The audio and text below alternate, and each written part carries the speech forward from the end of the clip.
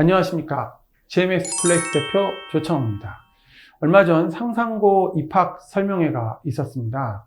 입학 설명회 때 상상고의 관계자분이 입학 설명회에 대해서 여러 가지 내용을 설명을 해주셨고요. 그 내용을 상세히 분석을 해드리도록 하겠습니다. 자, 그러면 먼저 어떤 부분에 설명이 있었는지 하나씩 보도록 하겠습니다. 먼저 상상고의 입시 실적을 소개를 했었는데요. 가장 강조할 만한 것은 의대 실적이죠.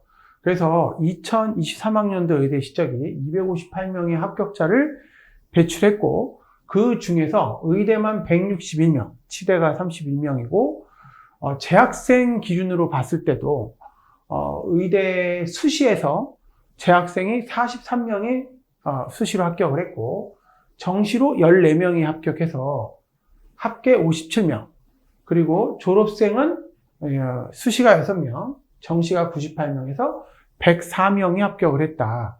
사실상 재수생뿐만 아니라 재학생 중심으로도 많은 수가 의대에 합격을 하고 있다라는 것을 강조해서 설명을 진행하였고요. 실제 데이터로도 확인할 수 있었던 내용이 되겠습니다. 자, 그러면 상상고의 경쟁률이 어떤 식으로 바뀌고 있고 올해 경쟁률은 어떤 변화가 있을지에 대한 것을 분석을 해보도록 하겠습니다. 여기 보면 2024학년도죠. 작년에 상상고에 지원했던 학생들 중심으로 본다면 2024학년도로 보면 학교 생활 의사자 전형이 161명 정원에 359명이 남학생들이 지원하여 2.23대 1의 경쟁률을 보여주고 있습니다. 그리고 그러니까 재작년의 경우에도 똑같이 302명이 지원하여 1.88대 1이었는데 2.23대 1로 경쟁률이 많이 올라가게 되었죠. 작년 같은 경우에는 작년에 지원했던 친구까지는 의대 지역 전형을 넣을 수 있는 마지막 학년이라 아무래도 경쟁률이 상대적으로 많이 올라간 것으로 현재 보여지고 있습니다. 올해 지원하는 친구부터는 지역 전형에 응시할 때 전국 전형의 친구들은 지역 전형에 의대에 응시할 수가 없죠. 그래서 이 변화가 올해 있을 것으로 예상이 되어지는 부분이 되겠습니다. 두 번째, 여학생의 경우에도 78명이 정원이었는데 226명이 지원하여 2.9대 1, 거의 3대 1이 육박했네요. 재작년 기준하고 비교해 보면은 재작년에는 2.69대 1이었죠. 상당히 여학생도 상승하였다라는 것을 알 수가 있는 내용이 되겠습니다. 지역인재 전형들은요, 44명 모집에 51명, 1.16대 1, 상당히 낮은 경쟁률을 보여주고 있고요. 여학생의 경우도 마찬가지겠죠. 1.96대 1, 낮은 경쟁률을 보여주고 있습니다. 하지만 올해는 이 161명이 변동이 되죠. 127명으로 변동이 되고, 학교 생활 의사자 전형도 63명으로 변동이 됩니다. 그렇다면 실질 경쟁률은 사실상 거의 3대 1이 넘어가거나 3대 1이 육박하는 전국 전형의 경쟁률이 나타날 것으로 예상이 되어지고 있어요. 아무래도 지원자 수는 그대로인데, 모집 정원 자체가 줄어들었으니까 경쟁률이 올라갈 것을 예상할 수 있겠죠. 하지만 차이가 있다는 건 뭐냐면 이 준 만큼 어디가 늘었냐라고 하면 사회통합 전형입니다. 작년도 기준으로 사회통합 전형 남학생이 13명 모집에 25명이 지원하여 1.92대 1이었어요. 근데 올해는 이 13명이 몇 명으로 드냐면 45명으로 늘어요. 45명. 여학생의 경우는 7명 모집이었는데 이것이 23명으로 늘죠. 그렇다면 실제 지원 명수보다도 늘어나는 명수가 훨씬 더 많이 늘어날 것으로 예상이 되어지니까 올해 같은 경우에는 충분히 이 전형으로 상상고 입시를 도전해 볼 만하다라는 부분에 분석이 나오고 있어요. 근데 올해 꼭 그렇다고 해서 미달된다 이렇게 생각할 수 있는 건 아니고요. 이거는 입시는 끝까지 넣어봐야 알 수 있는 거기 때문에 그래도 끝까지 최선을 다할 필요가 있다라는 거를 말씀을 드리는 겁니다. 경쟁률은 당연히 이렇게 작년도 같은 여학생 같은 경우는 2.43대 1로 2대 1도 훨씬 넘었습니다. 그래서 2024 작년도 상산고의 토탈 종합 경쟁률은 2.22대 1이어서 2대 1이 넘어갔습니다. 상산고의 경우에는 이 전체 모집 정원 중에서 경쟁률이 2대 1 범위 내에서 학생들을 선발하기 때문에 이렇게 선발하게 되면 이 과정 중에 학교 기준의 내신 성적으로 학생들이 1단계에서 떨어지는 경우가 생길 수가 있습니다. 재작년이죠. 2023학년도까지만 하더라도 2대 1이 넘지 않았기 때문에 내신에서 커트라인이 떨어지는 친구가 없었지만 작년도부터는 떨어지는 친구들이 나타날 수 있다는 것이 이번 상산고의 입시의 특징이라고 할 수가 있겠습니다. 자, 모집 정원이 어떻게 바뀌고 어떤 변화가 있는지를 한번 전형별로 알아보도록 하겠습니다. 실제 상산고의 입시 요강을 보면은 실제 학교생활 우수자 전형이 127명으로 바뀐 거를 확인할 수 있었죠. 작년도에 161명인 경우하고 비교하면 상당히 많은 학생 수가 줄어들었고요. 여학생도 78명에서 63명으로 숫자가 많이 줄어든 것을 확인할 수가 있었습니다. 하지만 이 사회통합전형은 20%를 정원에 뽑아야 되기 때문에 보면은 남학생이 45명이고 여학생은 23명이 지금 정원으로 확대된 것을 확인할 수 있습니다. 작년도 기준으로 본다면 실제 13명과 7명이 모집을 했지만 이렇게 68명으로 늘어난 거죠. 자, 그런데 이 사회통합 전형의 경우에는 이런 경우가 있습니다. 작년도 기준으로 본다면 작년도 지원자 수가 실제 42명이에요. 둘 합쳐갖고 42명이었는데 모집 정원 68명이 되면 사실상 정원의 미달이잖아요. 그러면 사회통합 영역에서 지원자가 미달된 인원의 50%를 학교생활 우수자 전형, 여기 전형이죠. 학교생활 우수자 전형에다가 플러스를 해준다라는 거예요. 작년도 기준에 42명이니까 42명을 빼주면은 26명이 미달되는 게 되잖아요. 그러면 26명의 50%, 13명이 여기 더하기가 되면은 203명의 학교생활 우수자 전형의 정원이 늘어나는 거예요. 그래서 꼭 이 전형만 있는 게 아니라 사실상 더 많은 정원이 될 수 있다라는 것이 나타나는 이 내용이 되겠습니다. 그래서 올해는 이 사회통합 전형의 숫자가 늘었고 그것으로 인하여 학교생활 우수자 전형의 숫자가 줄어들었다. 따라서 사회통합 전형을 준비하는 친구들에게는 많이 유리해진 반면에 많이 유리해졌죠. 유리해졌지만 학교생활 우수자 전형에서는 경쟁률의 상승이 예상되고 있다라고 말을 할 수가 있겠습니다. 자, 그래서 이 전형이 되는 거고요. 또 하나가 있죠. 또 하나가 뭐냐면 예를 들어서 여기 모집 정원 내에 다른 전형, 사회통합 전형을 제외한 다른 전형이 미달이 발생할 경우에는 모집 정원 내에 전형의 총점 순위에 따라 추정한다. 예를 들어서 지역인재 전형이 작년에 미달이 아니었지만 미달되는 경우도 있었어요. 미달이 아니었지만 그렇게 된다 하더라도 그런 경우에는 총점에서 다른 전형 순서대로 한다면 1순위가 학교생활 우수자 전형, 2순위가 지역인재 전형, 3순위가 글로벌 태권도 전형이 있다는 걸 알 수가 있는 전형이 되겠습니다. 그래서 상산고의 모집 정원에서는 이 두 가지의 차이가 있었고요. 올해는 이 내용의 변화를 가지고 실제 어떻게 할 것인가를 가지고 생각을 해서 지원해 보는 걸로 부탁을 드리도록 하겠습니다. 자, 그러면 입시 요강에 대한 분석을 한번 보도록 하겠습니다. 상산고는 1단계에서 모집 정원의 2배수를 선발을 하는데 지금 보면은 전체 과정이 통합되어 있죠. 전체 영역이 통합되어 있어요. 자, 1단계에서는 문제에 말한 대로 전체 모집 정원의 2배수 내외를 선발을 합니다. 자, 2배수 내외를 선발하는데 거기에는 학교생활수자 전형, 지역인지의 전형, 글로벌 태권도 전형, 사회통합 전형. 이렇게 모든 전형이 한 번에 들어가게 됩니다. 근데 그것이 2배수를 넘어가게 되면 어느 영역에서 떨어질 수 있습니다. 뭐 예를 들어서 지역인재 전형의 경우에 경쟁률이 1점대 초반이라고 하더라도 실제는 2배수가 넘지 않았기 때문에 전형별로 한다면 충분히 2배수 안에 들어갔으니까 합격이 될 수 있다라고 하는데 사실상 이 범위가 2배수 넘어갔으면 지역인재 전형 친구라 하더라도 실제 그 커트라인 내신 성적 기준에서 탈락이 될 수가 있습니다. 그래서 올해 상상고에 입시를 집어넣는 데 있어서는 1단계를 통과하는데 내신 성적을 좀 고려해야 된다라는 걸 알 수 있는 내용이 되겠습니다.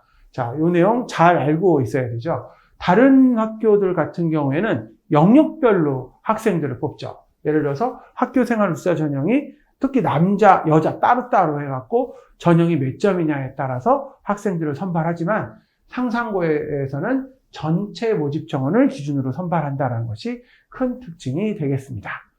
자, 다음이요. 성적 배점도 한번 알아보겠습니다. 교과 성적이 300점입니다. 300점인데 기본 점수가 있어요. 그리고 출결에서는 내신 민정 결석에 대해서만 감점이 됩니다. 그리고 면접이 창의융합 점수와 인성독서에 문제가 있습니다. 점수는 창의융합이 60점, 그 다음에 인성독서가 40점이 됩니다. 그런데 기본 점수가 있기 때문에 기본 점수, 여기 보시면 총점 100점 중에 기본 점수가 있는데 창의융합이 36점. 36점을 빼고 나면 실제는 24점이라는 얘기죠. 그리고 인성독서가 24점. 그러면 실제 24점을 빼고 나면은 16점이라는 거죠. 그래서 창의융합은 24점, 독서인성은 16점으로 학생들을 선발하게 됩니다. 그러니까 실제 면접 점수가 작을 것 같지만 나중에 이제 계산을 해보면 교과에서는 점수 차이가 그리 많이 나지 않기 때문에 사실상 2단계 면접에서 엄청난 차이로 당락이 결정되어지는 상황들이 생기게 됩니다. 자, 그 다음에 또 교과별로 어떻게 점수가 되어지는지를 한번 알아보겠습니다. 우리가 일단 이 학교는 상상고등학교는 수학의 정석을 쓰는 홍성재 선생님이 세운 학교다 보니까 아무래도 배점상 수학이 가장 높은 점수를 차지하고 있습니다. 우리가 자기소개 쓸 때도 수학 내용을 많이 쓰고 있는 것도 현실입니다. 그래서 수학에 대한 내용을 좀 강조하고 있다라고 보여지고요. 그 다음은 국어와 영어, 과학과 사회는 둘 중에 하나를 선택해 주면 됩니다. 그런데 예를 들어서 사회를 선택하는 경우라면은 2학년 사회가 없는 학교들도 많이 있잖아요. 2학년 때 역사를 했다면 역사, 사회 역사도 없다면 도덕 순으로 과목을 설정할 수가 있고요. 아니면 과학을 해주면 됩니다. 근데 이건 안 되죠. 2학년 때는 과학을, 3학년 때는 뭐 사회를 이런 식으로 하진 않고 한 번 선택하면 쭉 다 선택하는 걸로 이렇게 되어져 있습니다. 그래서 과목은 수학, 그 다음에 국어, 그 다음에 영어, 그리고 과학 또는 사회가 되는 거죠. 그러니까 과학을 선택해도 되고 사회를 선택해도 된다라는 것을 알 수가 있는 내용이 되겠습니다. 특별하게 이과 과목이니까 꼭 과학을 선택해야 된다 이런 건 아니에요. 내신 성적은 똑같이 반영이 되어지고 있습니다. 특히 이제 요 내신 성적 외에 주의해야 될 게 있죠. 민정 결석인 경우가 있는데요. 예를 들어서 우리가 코로나 때 학생들 중에 보면 민정 결석이나 지각, 조퇴, 결과 이런 것들이 많이 나타나게 되는데 민정 결석의 경우만 1일일 경우에 1점, 마이너스 1점. 그렇죠? 2일인 경우에 마이너스 2점이라고 했고요. 이번 설명회 때 밝혀진 걸로 민정 결석이 2점인 친구까지는 최종 합격을 했다라는 거를 실제 설명회 때 설명을 해 주셨습니다. 민정 조퇴나 지각의 경우에는 민정 지각이나 지각이나 조퇴, 뭐 이런 경우 있잖아요. 조퇴, 뭐 결과. 이런 미인정에 해당하는 거는 3회가 됐을 때, 미인정의 경우는 요게 3회가 되면은, 실제 이거를 뭐라고 하면 1회 결석으로 치거든요. 그러니까 만약에 2번인 경우에는 미인정 결석이나 조퇴가 없는 것으로 이렇게 계산을 하게 됩니다. 그러니까 주의해서 하시면 되는 거죠. 사실상 미인정 결석이나 든지 미인정 지각이나 조퇴는 없는 게 좋습니다. 그래도 어쩔 수 없다면 최소한의 선을 정해 주시는 게 가장 좋겠습니다. 자, 다음은 점수가 도대체 어떻게 들어가길래 점수 차이가 그렇게 많이 차이 나지 않느냐라는 걸 얘기했냐라는 거를 제가 설명을 드리도록 하겠습니다. 요거는 상상고 입시 요강에 나와 있는 공식이에요. 교과 성적을 어떻게 반영한다라고 하는 공식인데요. 보통 어떻게 되냐면 A, 표 1에서 2학년 1학기 각 과목의 점수 곱하기 표 2에 해당하는 성취도의 환산 점수 더하기 2학년 1학기 알파값, 그러니까 기본 점수 값이죠. 이렇게 세 가지가 있습니다. 제가 계산을 하나 해보겠습니다. 계산해보면 2학년 1학기에 과학의 B를 받았다고 해보겠습니다. 그러면 2학년 1학기 과학의 B를 받았으면 6점이죠, 6점. 6점이에요. 2학년 1학기 과학이 B다라고 하면 6점이잖아요. 6점 곱하기 B를 받으면 0.92가 되죠. 0.92. 0.92를 해줘요. 0.92. 0.92를 해서 그러면 계산을 해주면 5.52가 나오죠. 5.52가 나와요.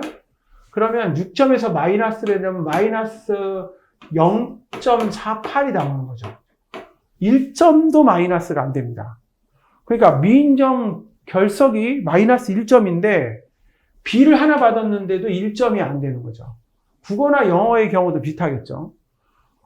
그래서 실제적으로 이게 B가 몇 개고 어떻게 되느냐는 거는 실제 어떻게 생각을 하면 B가 몇 개가 중요한 게 아니라 언제 어떤 과목에 B가 있느냐, 마이너스가 몇 점이 되어지느냐에 따라서 실제 당락이 결정되어지는 거기 때문에 그걸 기준으로 해야 되는 거지 B가 몇 개가 합격됐다라는 것보다는 이 과정이 되겠습니다.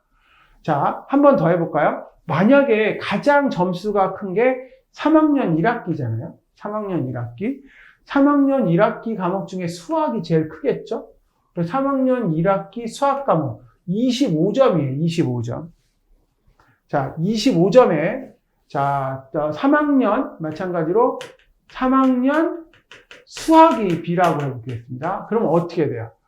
여기 25점에다가 곱하기 0.91을 해요. 0.91 해주면 23점이죠? 마이너스 2점이 되는 거예요. 마이너스 2점. 그러면 3학년 1학기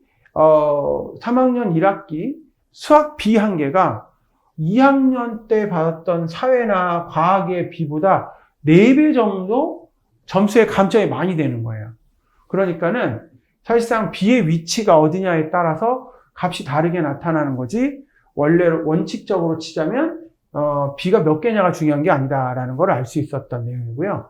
사실상 낮은 과목의 B인 경우에는 1개나 2개 이상 있어도 실제적으로 합격되는 사례들이 많이 발생하고 있습니다.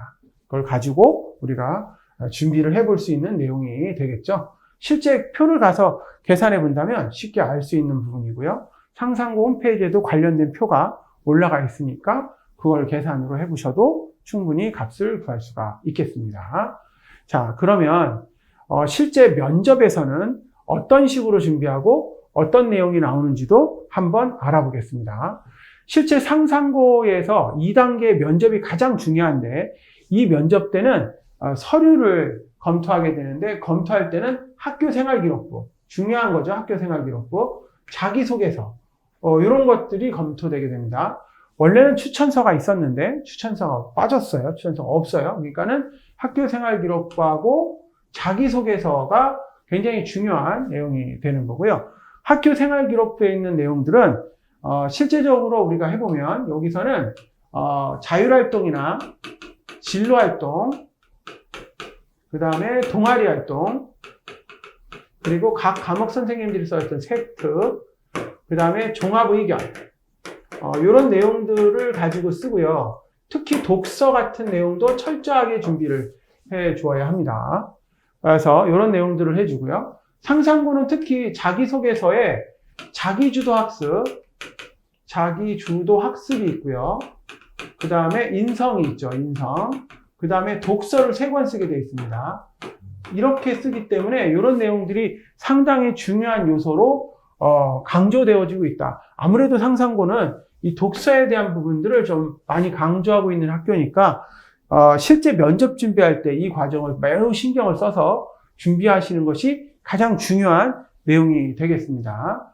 그래서 이 내용에서 학습 경험, 여기 보시면, 그리고 학습에 대한 잠재력, 학업 태도, 지적 호기심과 자질, 굉장히 중요하죠. 지적 호기심과 자질, 그리고 사회성, 시민적 자질, 리더십과 봉사정신, 도덕성 등을 종합적으로 보는 그런 내용이 되겠습니다. 그런데 전체적으로 보시면 알겠지만 앞에 제일 먼저 강조하고 있는 거 학습 경험, 학습에 대한 잠재력, 학습 태도, 지적 호기심 이런 부분들이 자기주도 학습 영역으로 가장 높은 부분이라고 할 수가 있겠습니다. 그래서 이때는 학교 입장에서는 이 친구가 정말 공부를 잘하는 친구인지 아닌지가 정말 궁금한 내용이기 때문에 그 과정에 대해서 학생들을 선발하고 싶은 거지 실제적으로 공부를 잘 못하는 것 같은데 선발하진 않거든요. 가장 중요한 건 이 학습 잠재력이나 지적 호기심과 자질이 어떻게 발생했는지를 자기소개서라든지 이런 데 잘 녹여서 설명을 해주고 실제 가서 보는 공통 면접 문제를 어떻게 보느냐에 따라서 결정이 되어진다라고 되어져 있습니다. 면접 방법은요, 각 영역별로 지원자 1명에 면접관이 2명씩 실시가 됩니다. 그러니까 순서대로 한다면 대기실에서 면접을 풀 수 있는, 이 창의응원 면접을 풀 수 있는 면접 대기실로 들어가려고 준비를 하고 있어요.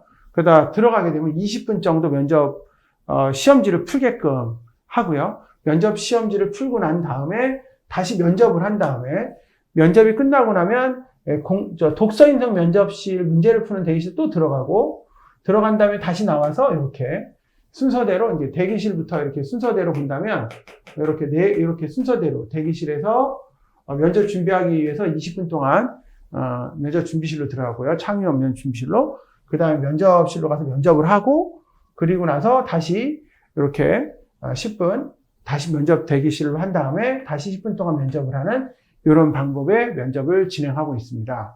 그러니까 요거에 맞춰서 준비를 하면 되겠죠. 이때 면접 준비 시간에는 뭘 하는 거냐면 기출 문제가 있어요. 공통 면접 문항이 있거든요. 공통 면접 문제를 풀고 창의융합 같은 문제에는 수학이나 과학에 관련된 문제들이 많이 출제가 되어지고 있어요. 창의융합은 수학이나 과학에 관련된 문제를 많이 준비를 하는 거고요. 인성 독서에서는 독서에 관련된 문제들이 많이 출제가 되어지고 있습니다. 그래서 이 문항을 갖고 어떻게 설명할 수 있느냐를 가지고 최종적으로 면접을 하게 되고요. 여기서는 이 공통 면접뿐만 아니라 20분 동안에는 자기소개서나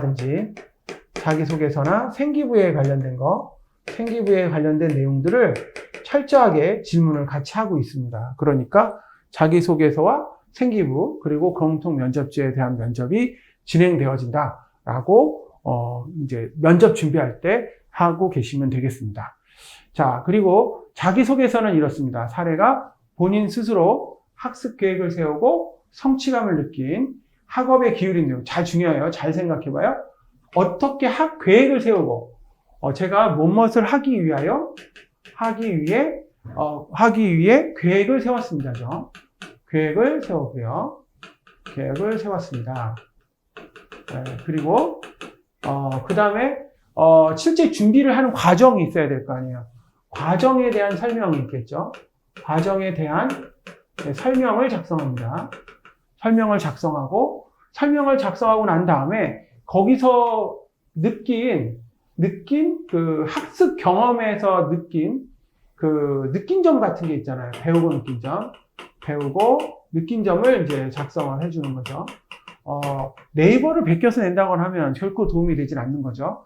구체적으로 기술하시오라고 했기 때문에 보통 과목수로 최소한 한 과목, 두 과목, 세 과목 이런 식으로 학생들이 작성을 하게 됩니다.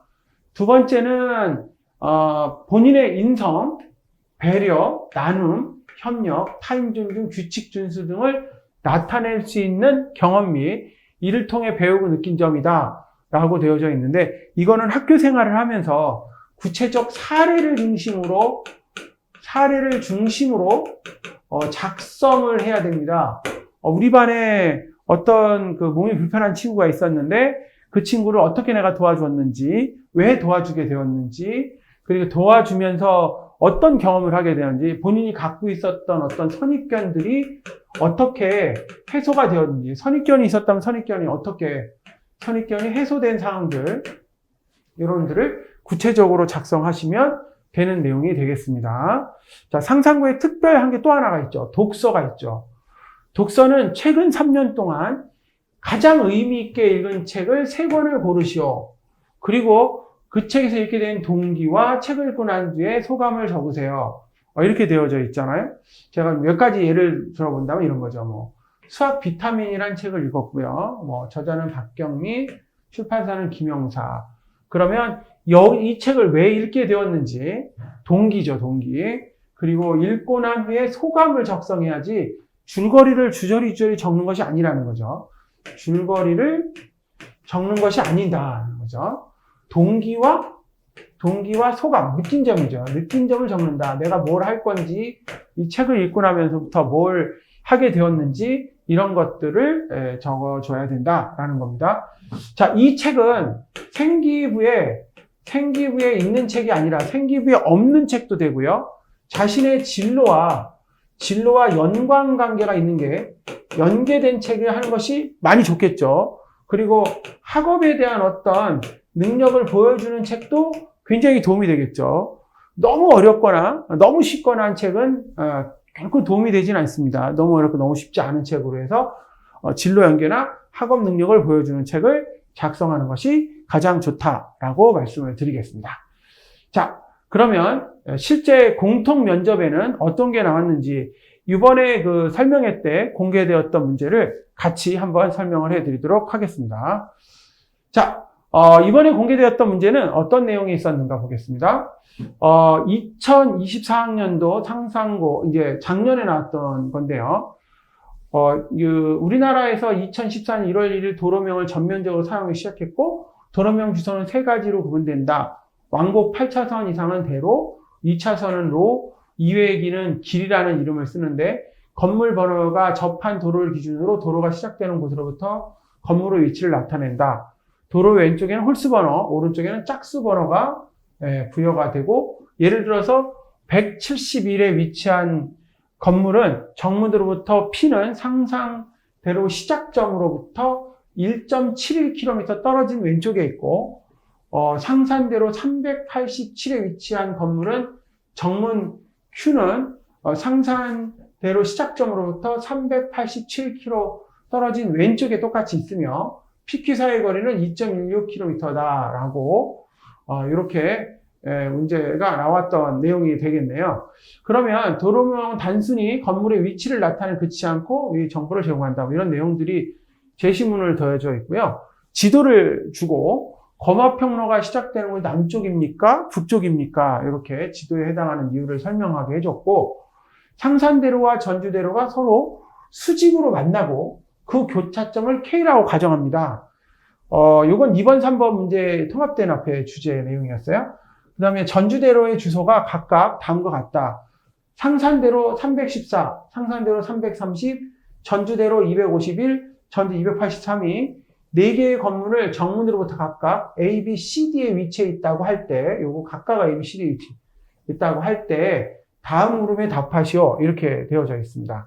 근데 문제에서는 선분 AB와 CD 중 하나만 교차점 K를 포함하고 있다면 도형 AB, AC, BD의 넓이를 구해라 라고 하는 문제가 출제가 되었고요. 그 다음에 마찬가지로 A, B, C, D를 꼭지점으로 가지는 도형이 사다리꼴의 경우라면 아랫변의 길이가 윗변의 길이의 2배일 때 가능한 사다리꼴의 넓이를 모두 구해라 라는 내용이 이렇게 출제가 되어지고 있었습니다. 도형의 넓이를 기준으로 계산하는 수준이었고요. 약간 좀 생각을 해볼 수 있는 내용이 출제가 되었습니다. 자, 독서 인성 문제도 출제가 된 거를 이번에 공개를 해주셨는데요. 내용이 이렇습니다. 런던 북서부에 위치한 한 도심구역에 독특한 디자인의 벤치가 설치되어 있다. 이 벤치는 책을 펼쳐 뒤집은 모양을 하고 있으며 사람들이 C자 모양의 비슷한 경사면을 걷어 앉을 수 있다. 처음 설치되었을 때 이 벤치는 콘크리트로 만들어져 튼튼하고 잘 망가지지 않는다는 점에서 긍정적인 평가를 받았다. 더불어 유럽에서 자주 발생하는 차량 도일진 테러를 막을 수 있는 장애물 역할을 한 것으로 기대되었다. 그러나 시간이 지나면서 사람들의 팔걸이와 등받이가 없고 좌석이 비스듬하여 오래 앉을 수 없다는 이유로 불편함을 호소했다. 이 벤치의 비판자들은 이를 세련된 불쾌함이라 부르기도 했다. 이에 대해 시 관계자는 해당 디자인이 공공시설의 훼손을 막고 노숙자나 마약 중독자들이 도심을 점거하는 것을 방지하기 위한 것이라고 설명했다. 실제 이제 이렇게 해서 만들어진 내용이 되는 거고요. 두 번째는 앞에 거하고 좀 다른 거죠. 미국의 건축가 로널드 메이드는 9살 때 척수성 소아마비로 인해 1급 중증 장애인 판정을 받았다. 휠체어 없이는 이동할 수 없었고 대학생활 내내 타인의 도움을 받아야 했다. 이러한 어려움을 겪으면서 그는 누구나 쉽게 접근하고 이용할 수 있는 건축의 공간의 필요성을 절감했다. 이를 위해 그는 유니버셜 디자인이라는 개념을 고안을 했다. 유니버셜 디자인은 디자인의 성별과 나이, 장애 유무, 언어, 어떤 조건에서도 누구나 제약 없이 이용할 수 있도록 설계된 디자인을 말한다. 비용이 많이 들고 역차별 문제가 발생할 수 있다는 우려에도 메이드는 이러한 디자인 원칙이 법적으로 반영될 수 있도록 끊임없이 노력했다라고 하는 독서 인성에 대한 내용이고요. 10분이라는 점을 감안했을 때 이 내용을 모두 읽고 내용을 분석하고 문제를 풀고 설명을 해야 되는 거예요. 생각보다 많이 어려운 내용이죠. 자, 문제는 시 관계자가 나의 건축가가 각각 우선시하는 가치는 무엇이냐라고 말을 했고요. 두 인물의 가치관이 어떻게 다른지 비교하고 그러한 이유를 설명해라 라고 하는 실제 두 건축가에 대한 내용을 서로 확인해 볼 수 있겠죠. 실제 로널드 메이스 같은 경우에는 유니버셜 디자인 같은 누구나 쉽게 이용할 수 있는 디자인을 얘기했다면 앞에 시 관계자는 또 그렇지 않다는 내용들을 설명할 수 있어야 되고요. 1번 문제에서 자신이 선택한 가치를 둔 것 중에 하나를 한국 사회의 중요한 가치로 선정하시오. 이 가치를 현대 한국 사회에서 어떻게 적용할 수 있는지 구체적 사례를 들어 말해라. 라는 내용이 나왔습니다.